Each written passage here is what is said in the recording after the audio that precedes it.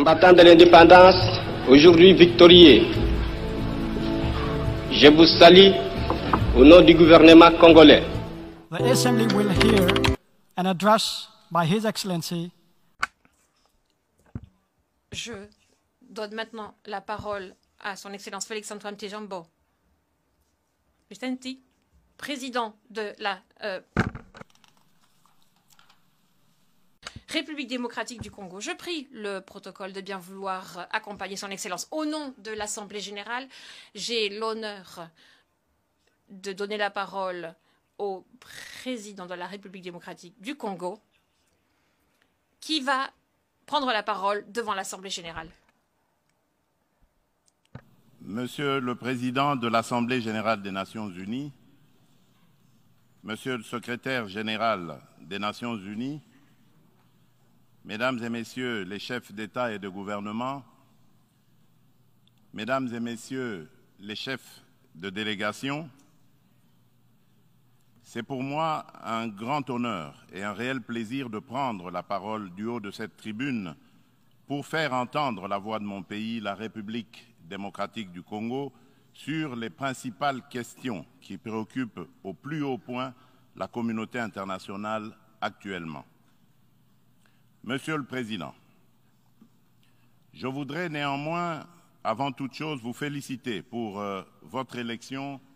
à la présidence de la 77e session ordinaire de l'Assemblée générale des Nations unies. Je suis convaincu que vous donnerez le meilleur de vous-même pour la réussite de cette session et vous garantis tout le soutien de mon pays. Monsieur le Président, les défis majeurs auxquels l'humanité fait face actuellement sont les suivants. La sécurité et la paix pour tous, la maîtrise des changements climatiques, la relance de l'économie mondiale après la Covid-19,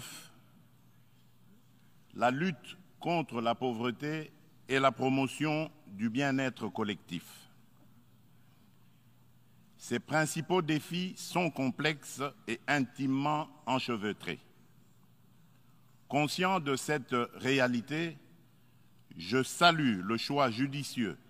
et la pertinence du thème central de ces assises, à savoir un tournant décisif des solutions transformatrices face à des défis intriqués. À l'évidence, le relèvement de ces défis exige plus de concertation, plus de coopération et plus de solidarité entre les États et les nations. Le maintien de la paix et la sécurité internationale constituent le fondement et l'objectif primordial de la création de l'Organisation des Nations unies. Ni l'indifférence, ni l'immobilisme, ni l'attentisme de sa part ne sont par conséquent admissibles face à toute menace contre la paix et la sécurité internationale. À ce jour, la question de la sécurité et de la paix internationale se cristallise autour de la lutte contre le terrorisme ainsi que l'extinction des foyers de tension en Europe et en Afrique. En effet, le terrorisme n'a épargné aucun continent. Après l'Asie, l'Europe occidentale, l'Amérique du Nord, il se métastase en Afrique, où il a allumé le feu à plusieurs endroits et notre continent en paye un lourd tribut. Au Sahel, à l'Est, à l'Ouest, au centre et au sud de ce continent, les terroristes tuent par des expéditions barbares des populations innocentes et déstabilisent des États au nom de l'intégrisme religieux. Certes, des progrès remarquables ont été accomplis au Moyen-Orient dans la lutte contre ce fléau qui a battu de l'aile. Cependant, ce fléau est loin de s'essouffler et encore moins d'être éradiqué de notre planète. C'est pourquoi La République démocratique du Congo, une des victimes africaines de ce terrorisme, est membre de la coalition globale contre l'État islamique, interpelle les Nations unies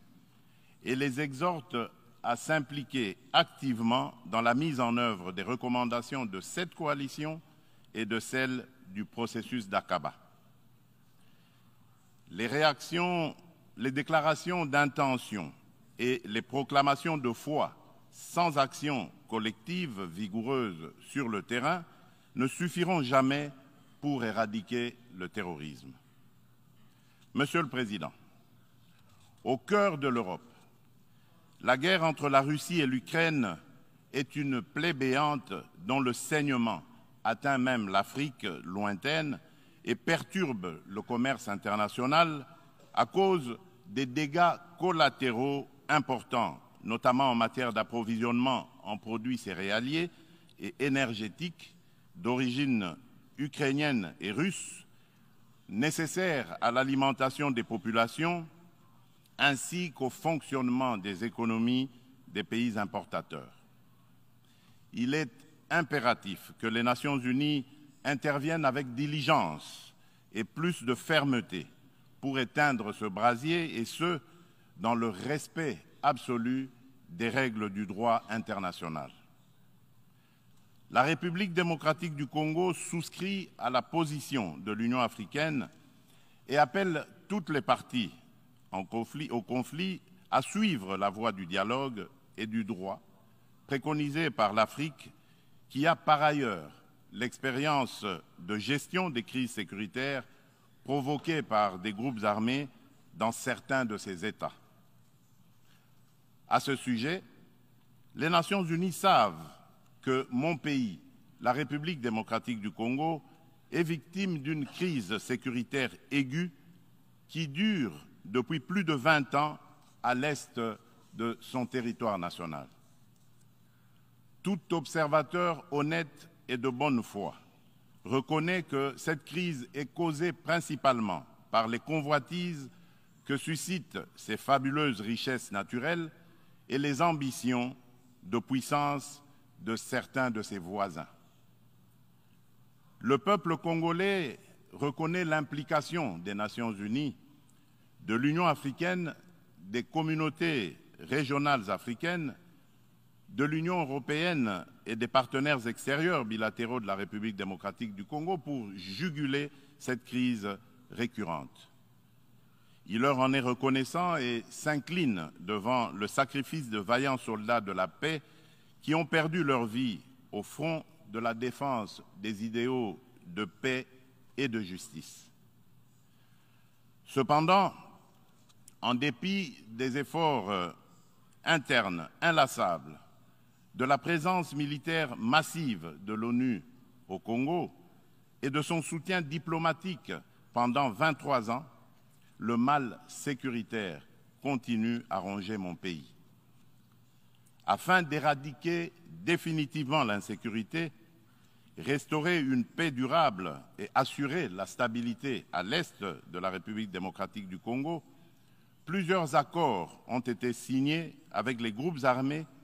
et même avec les pays voisins, sous la garantie de la communauté internationale. Des mécanismes nationaux et internationaux ont été créés. Toutes ces perspectives de règlement définitif du conflit n'ont duré que l'espace de quelques mois. Vite, l'architecture s'est fissurée et l'édifice s'est écroulé. Et on recommence toujours avec les mêmes tragédies. Depuis mon élection à la tête de la République démocratique du Congo, je n'ai eu de cesse de me battre chaque jour pour la paix et la sécurité dans les provinces congolaises de l'Ituri, du Nord Kivu et du Sud Kivu. M'inscrivant dans une philosophie de réconciliation avec nos voisins, je n'ai ménagé aucun effort pour rassurer les chefs d'État des pays limitrophes et restaurer la confiance entre nous, notamment par la concertation permanente sur des questions d'intérêt commun, la conclusion d'accords de coopération sécuritaire et de partenariat économique et la réalisation de projets de développement pour nos populations respectives. En dépit de ma bonne volonté et de la main tendue du peuple congolais pour la paix, certains de nos voisins n'ont trouvé mieux que de nous remercier par l'agression et le soutien des groupes armés terroristes qui ravagent l'Est de la République démocratique du Congo. C'est le cas actuellement du Rwanda qui, au mépris du droit international, de la charte de l'ONU et de l'acte constitutif de l'Union africaine, a une fois de plus non seulement agressé en mars dernier la République démocratique du Congo par des incursions directes de ses forces armées, les RDF, mais aussi occupe des localités de la province du Nord Kivu par un groupe armé terroriste interposé, le mouvement du 23 mars, dit M23, auquel il apporte un soutien massif, tant en matériel de guerre qu'en hommes de troupes. Et comme pour défier la communauté internationale, le M23, avec le soutien de l'armée rwandaise, a même abattu un hélicoptère de la MONUSCO et tué 8 casques bleus, commettant ainsi un crime de guerre. Je dénonce, en ce lieu emblématique de la vie internationale, avec la dernière énergie, cette énième agression dont mon pays est victime de la part de son voisin le Rwanda, sous couvert d'un groupe terroriste dénommé le M23. Monsieur le Président, l'implication du Rwanda et sa responsabilité dans la tragédie que vivent mon pays et mes compatriotes des zones occupées par l'armée rwandaise et ses alliés du M23 ne sont plus discutables, dès lors que plus d'une fois, aussi bien les groupes d'experts dûment mandatés par l'ONU et le mécanisme conjoint de vérification élargie de la Conférence internationale sur la région des Grands Lacs, la CIRGL, que des organisations non gouvernementales, humanitaires et des droits de l'homme crédibles les ont établis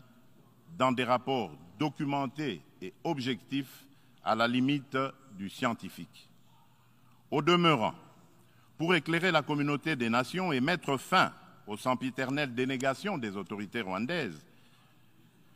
le gouvernement congolais réitère sa demande au président du Conseil de sécurité de distribuer officiellement aux membres du Conseil le dernier rapport des experts de l'ONU sur la situation sécuritaire à l'est de la République démocratique du Congo et de le faire examiner avec diligence par lui afin d'en tirer toutes les conséquences qui s'imposent sur le plan du droit,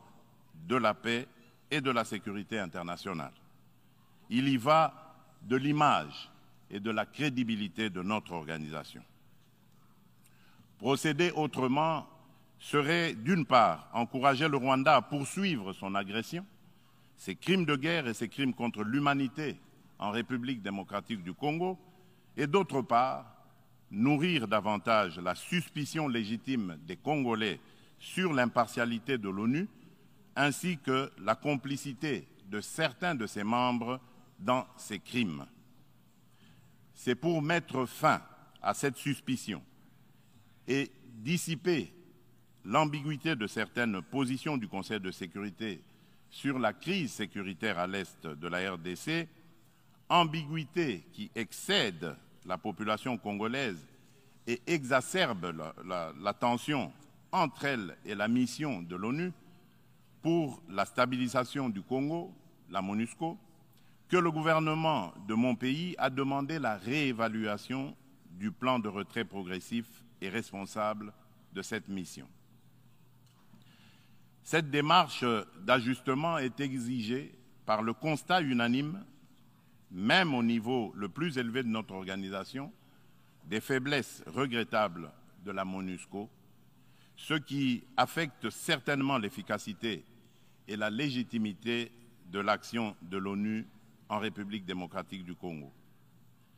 La réévaluation du plan de retrait de la MONUSCO ne peut par conséquent nullement remettre en cause les relations entre mon pays et notre organisation. Quoi qu'il en soit, Je réaffirme haut et fort à cette tribune de la plus haute instance internationale de gestion des affaires du monde, la détermination du peuple congolais et de ses dirigeants de défendre toujours, jusqu'au sacrifice suprême, l'intégrité territoriale, l'indépendance et la souveraineté de leur pays, dans le respect, bien sûr, du droit international et des engagements pris au sein des organisations internationales dont il est membre. C'est ici le lieu pour moi de préciser que l'État congolais et la société civile ne permettront jamais à quiconque de tenir le discours de la haine tribale, ethnique et raciale ou xénophobe dans notre pays. La Constitution de la République et les lois congolaises interdisent un tel discours et le sanctionnent sévèrement. Nul ne peut donc prétexter de ce discours imaginaire pour justifier des aventures criminelles au Congo, diviser les Congolais et fragiliser l'unité nationale à laquelle tous mes compatriotes tiennent. La République démocratique du Congo n'est pas et ne sera jamais génocidaire. De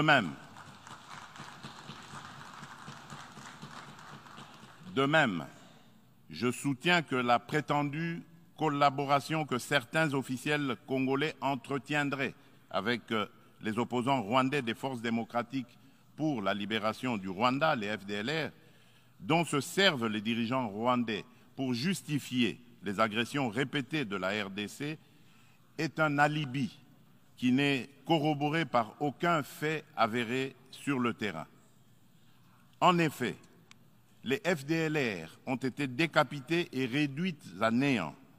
par les forces armées de la République démocratique du Congo, les FARDC, en étroite collaboration avec l'armée rwandaise dans le cadre des opérations conjointes menées il y a quelques années. La République démocratique du Congo a en outre rapatrié plusieurs éléments des FDLR et leurs familles. Dès lors, les Congolais se demandent de quel FDLR parle-t-on? Quel est le mètre carré du territoire rwandais occupé par ces fantomatiques FDLR? À quel lieu précis du sol rwandais a-t-on jamais vu un jour un soldat congolais? Quoi qu'il en soit, la République démocratique du Congo reste disponible pour toute action répressive contre tout groupe armé qui tenterait de troubler la paix et la sécurité dans un pays voisin et dans la région des Grands Lacs. Monsieur le Président, le peuple congolais demande aux Nations unies, à l'Union africaine, aux communautés régionales africaines et aux partenaires de la République démocratique du Congo de ne plus se fier aux dénégations éhontées des autorités rwandaises et de contribuer plutôt au rétablissement de la sécurité, à la construction d'une paix durable et à la création de conditions nécessaires à une coopération fructueuse dans la région des Grands Lacs et pour le bien de tous. À cet effet, il est nécessaire de voir ceci. 1. Rendre effectif le retrait immédiat du M23 des localités occupées, le retour des déplacés congolais de ces localités à leur domicile et la cessation sans condition du soutien de l'armée rwandaise à ce groupe terroriste, selon l'esprit et la lettre de la feuille de route de Luanda convenue entre la République démocratique du Congo et le Rwanda,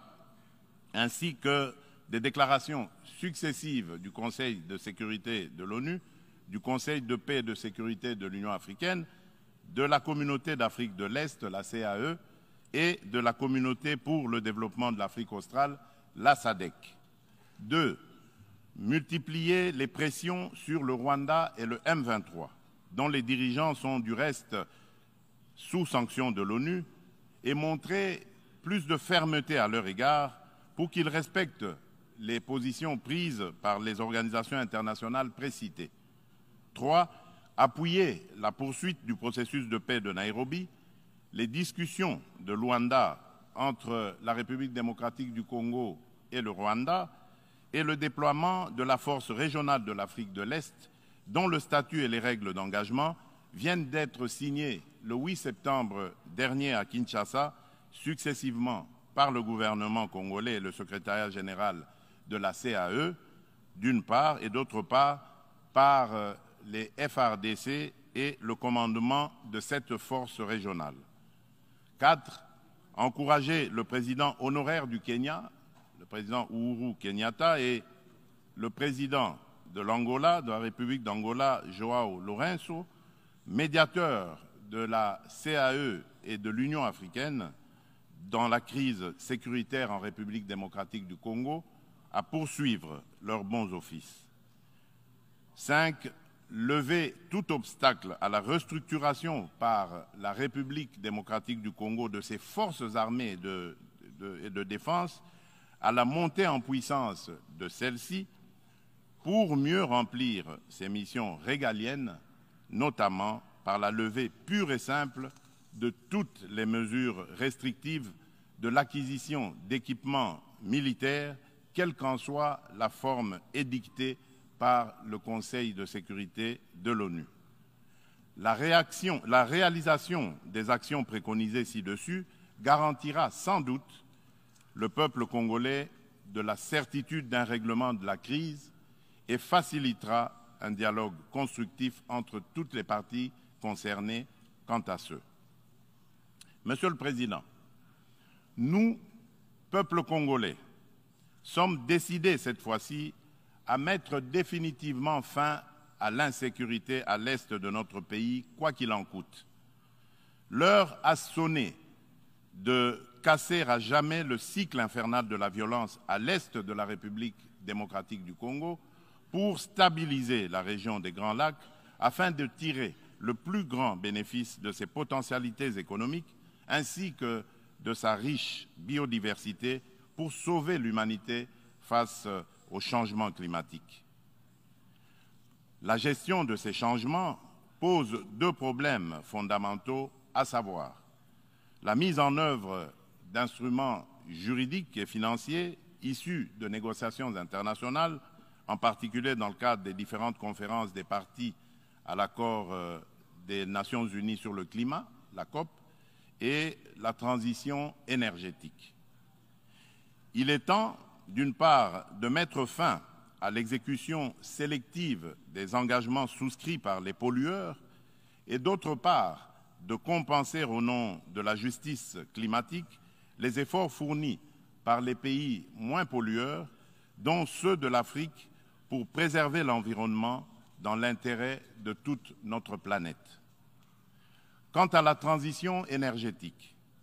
l'Afrique regorge suffisamment de sources d'énergie renouvelables et de matières premières susceptibles de contribuer à la mobilisation des alternatives crédibles à la double crise énergétique et écologique. De ce point de vue, il est important de relever que la République démocratique du Congo compte parmi les principaux producteurs de minerais stratégiques essentiels à la transition énergétique et à la décarbonisation du secteur des transports, dont notamment le cobalt, le lithium, le nickel ainsi que le manganèse. Mon pays s'est fixé comme objectif de produire proprement les 10 minerais à cette fin. C'est dans cette perspective que la République de Zambie et la République démocratique du Congo ont signé le 29 avril de cette année un accord relatif à la mise en place d'une chaîne de valeur dans le secteur de batteries électriques et des énergies propres. Il va sans dire, au vu de l'importance des investissements que requiert la réalisation d'un tel projet,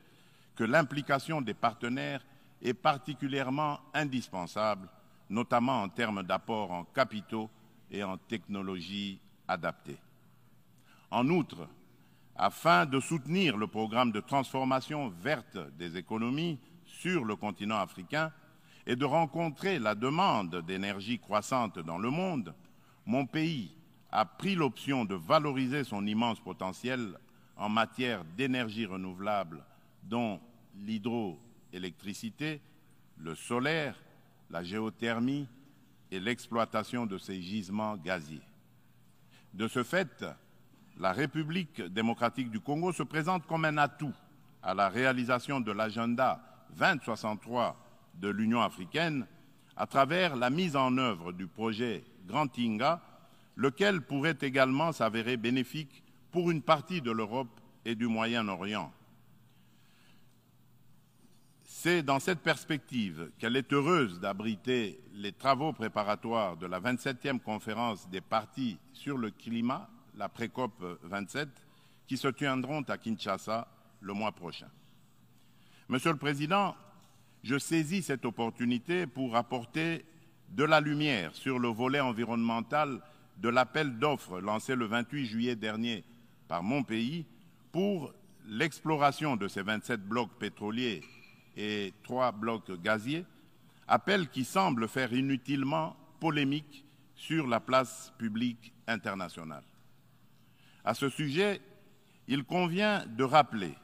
qu'aucun instrument juridique international pertinent ratifié par la République démocratique du Congo ne lui interdit d'exploiter ses ressources naturelles pour cause de protection de l'environnement ou par crainte de l'aggravation du réchauffement de la planète.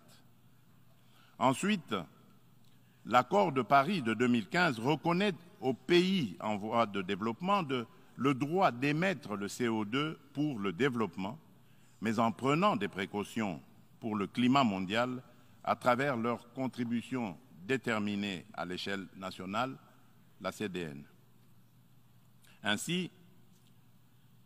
le gouvernement de la République démocratique du Congo s'est fixé comme objectif d'exploiter, dans le respect des normes environnementales, les ressources naturelles du pays et de les transformer localement pour leur donner de la valeur ajoutée et booster l'économie nationale, notamment par la création des richesses liquides et des emplois afin d'améliorer les conditions de vie des populations congolaises. Des stratégies et mesures adéquates ont été adoptées et prises pour éviter des impacts négatifs sur l'environnement. Elle prévoit, à l'instar d'autres pays d'Afrique et d'Europe qui ont relevé ce défi, l'exercice de contrôles gouvernementaux efficaces. Il est question pour la République démocratique du Congo d'atteindre ses objectifs économiques et sociaux en préservant ses forêts et en continuant de demeurer le pays solution pour la lutte contre le réchauffement climatique.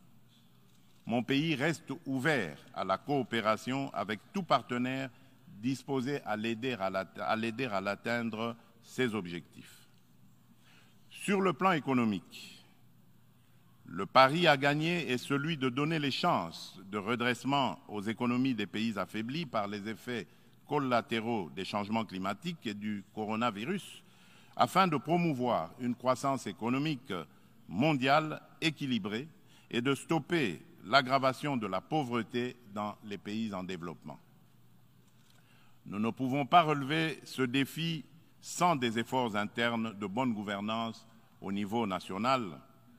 ni investissement productif des richesses,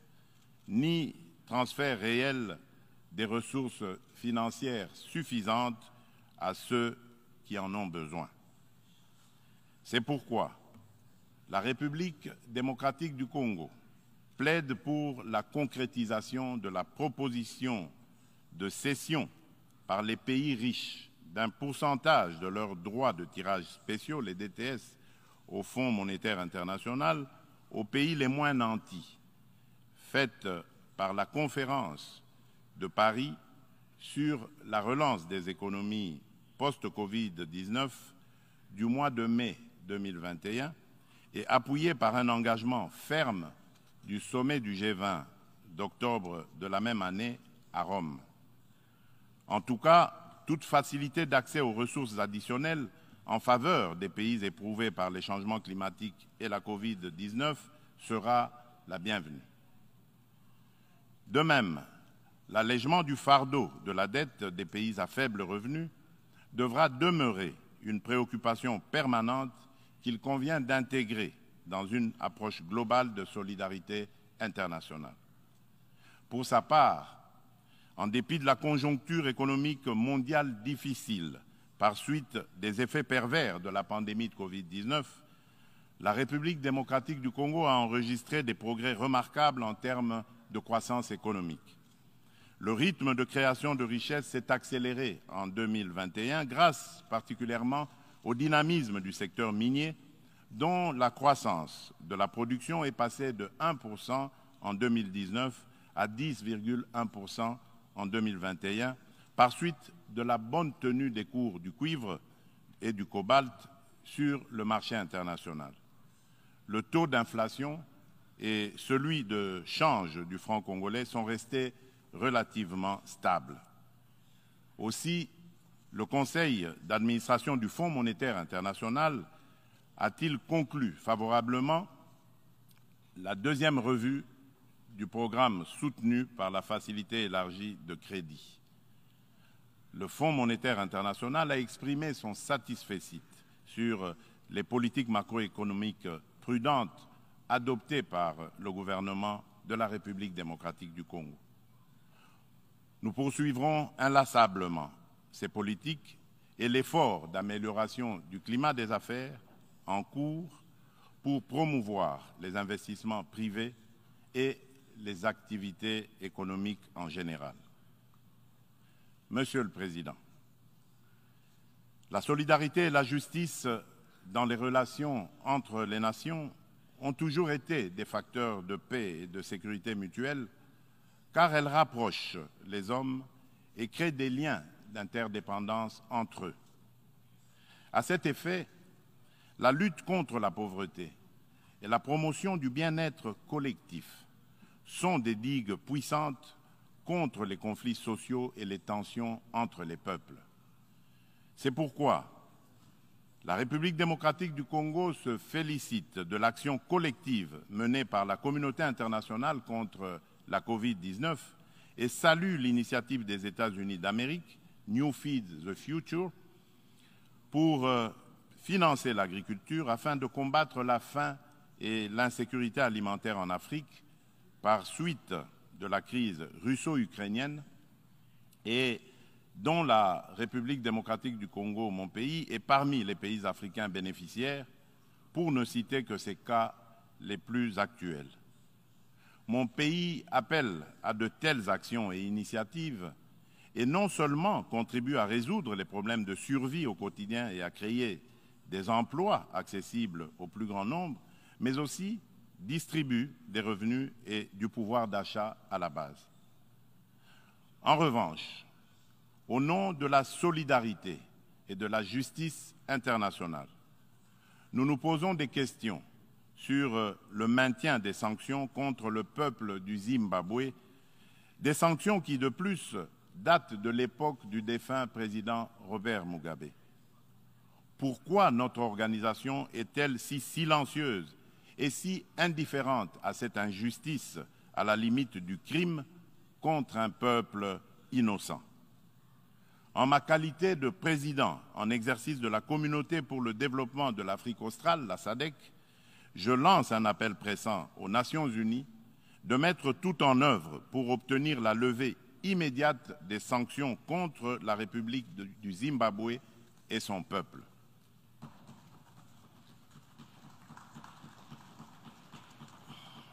Monsieur le Président,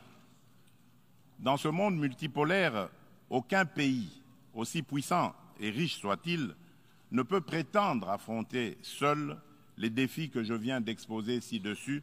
et encore moins les relever dans l'intérêt de tous. L'importance des enjeux,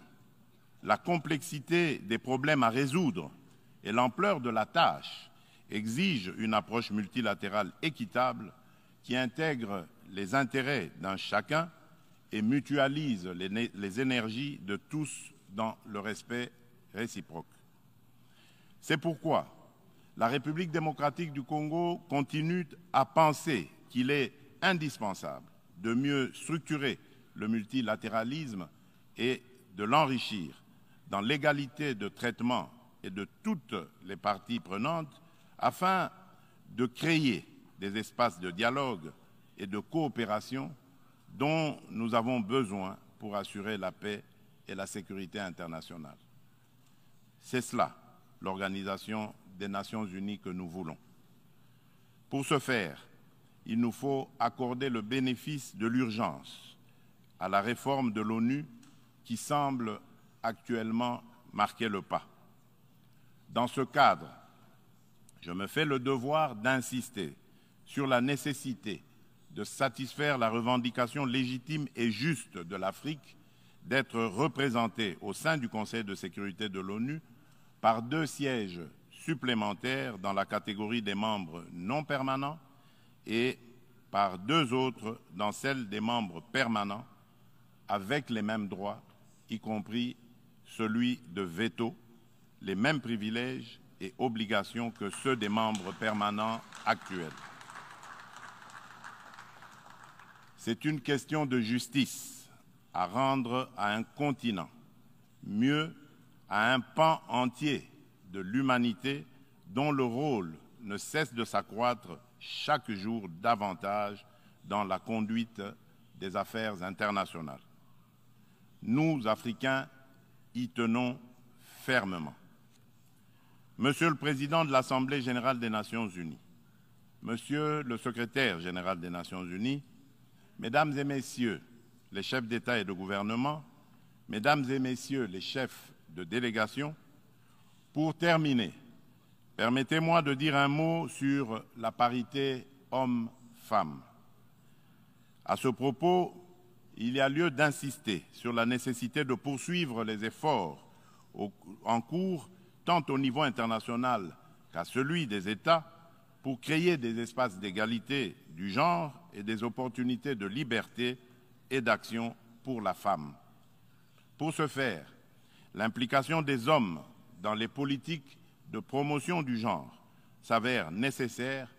parce que, d'une part, l'homme partage la vie avec la femme et, d'autre part, depuis des temps immémoriaux, pour des raisons diverses, l'homme s'est forgé une prééminence sur la femme qui lui confère une influence déterminante sur le destin de cette dernière. Nous devons mettre un terme à cette situation de fait. C'est pourquoi, lors de mon mandat à la tête de l'Union africaine, j'ai initié une rencontre des chefs d'État et de gouvernement de l'organisation continentale sous le thème de Conférence des hommes sur la masculinité positive. De ce rendez-vous historique tenu à Kinshasa en 2021, il est sorti une déclaration de l'Union africaine contenant l'engagement des hommes, notamment celui des chefs d'État et de gouvernement, de mettre fin aux violences faites aux femmes et aux filles et apporter des réponses appropriées à cette problématique. Cette déclaration constitue une véritable charte de l'Union africaine pour la femme que je m'attelle à matérialiser en ma qualité de champion de l'Union africaine pour la masculinité positive. C'est dans ce cadre que j'ai entrepris de promouvoir davantage la Congolaise qui occupe aujourd'hui de plus en plus l'avant-plan de la gestion des affaires publiques au sein des institutions politiques, judiciaires et administratives de mon pays. Cette politique volontariste devra permettre dans l'avenir un changement radical, non seulement de perception de la femme et de son rôle dans la société, mais aussi dans la prise en charge par la femme elle-même de son destin. En effet, la parité n'est pas un cadeau fait à la femme, mais une responsabilité qu'elle doit assumer. Je souhaite plein succès aux travaux de la 77e session ordinaire de l'Assemblée générale. Je vous remercie.